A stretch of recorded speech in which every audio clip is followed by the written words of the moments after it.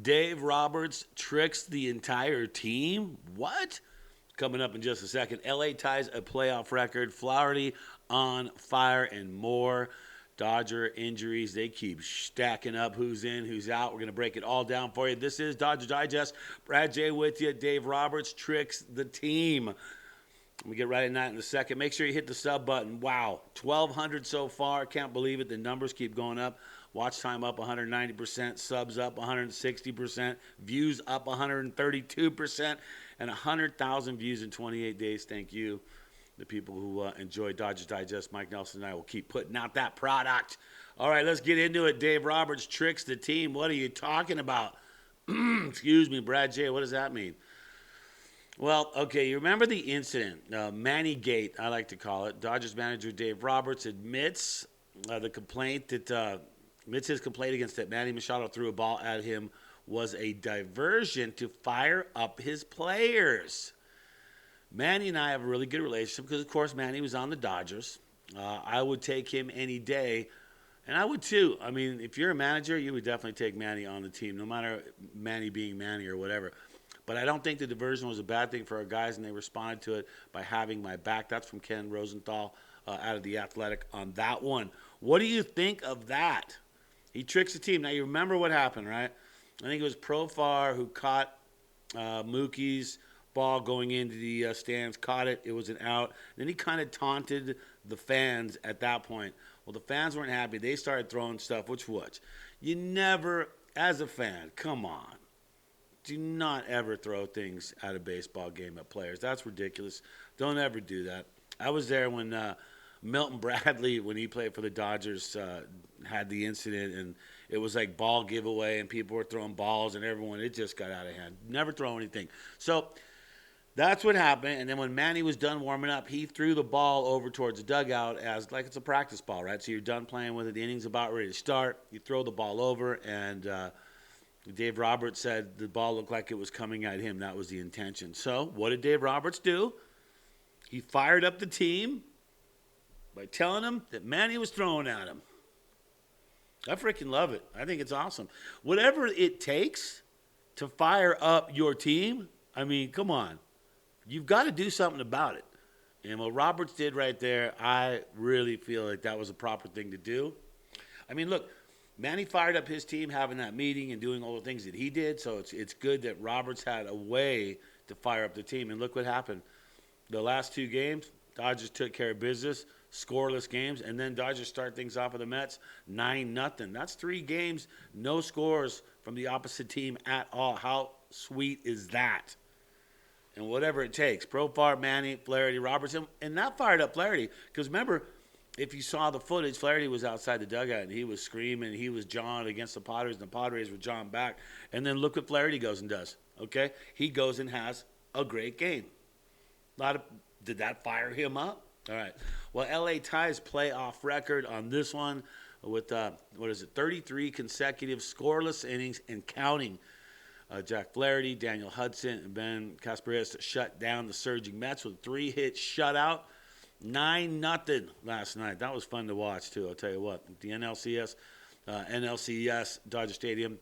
And that matches the 66 Orioles for the longest scoring streak ever in a single postseason. So you got to think, all the Dodgers have to do now is hold them for one more inning, and they will have 34, and that will be the record. So just don't give up a run in the first inning, because that's not going to be good. Okay, what are the percentages when a team makes it happen in a best of 7? All right, so here are the numbers in case you needed to know this kind of stuff.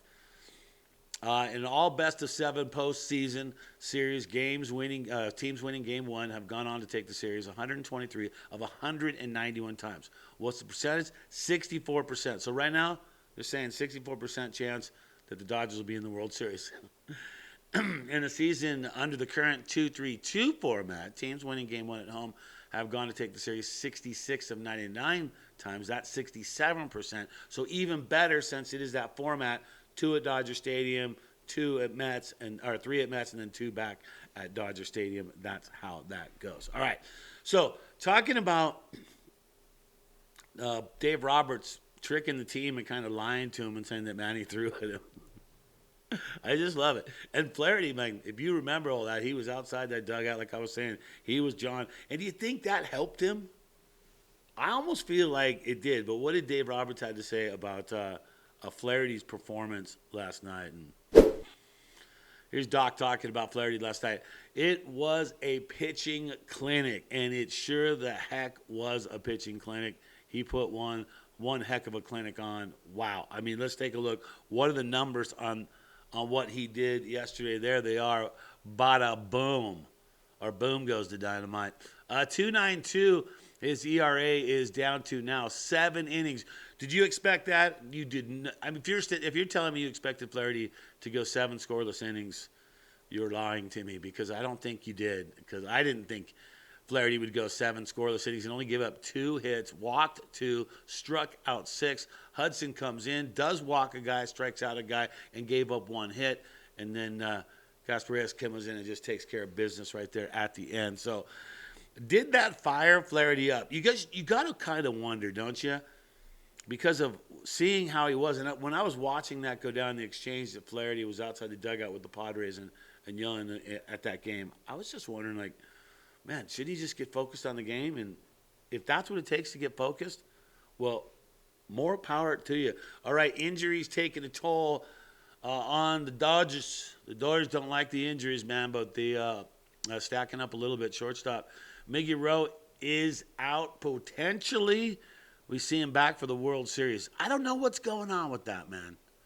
I know he's dealing with the tear in his left abductor for a couple of weeks. I feel like there's more to this story, and I don't know what it is, but I feel like there's more to the story than him being out, and it's not just that. So hopefully he'll be available. We'll see what's going on. But I'll tell you what, I feel like he's the kind of guy, if he's hurt, he's not going to tell you he's hurt, because he's still going to try and give 150%. And that might not be good for the team, because we saw what happened to him when he was not he didn't have full mobility, and he had some problems out there. So we don't want that at all. If he's not ready, get him to rest, take this whole series off, and be ready to go for the World Series. And I think that'd be great to have him in the mix. All right, Luxy, not good for Gavin Lux, exiting the NLCS Game 1 before the top of the 7th inning, hip tightness.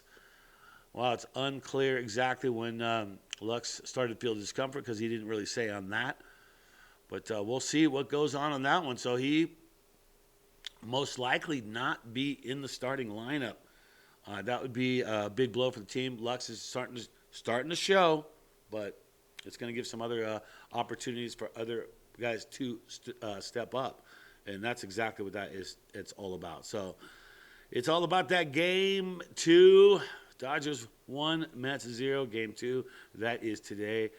Fired up about that, too, as well. So looking forward to that. Make sure you're watching the game, and always make sure you check in with Dodgers Digest. Hit the subscribe button. It's growing. Grow along with us, Mike Nelson and myself, Brad J., always putting out that fresh content, and we will continue to do that. All right, go Dodgers, and remember always, my friends, think blue.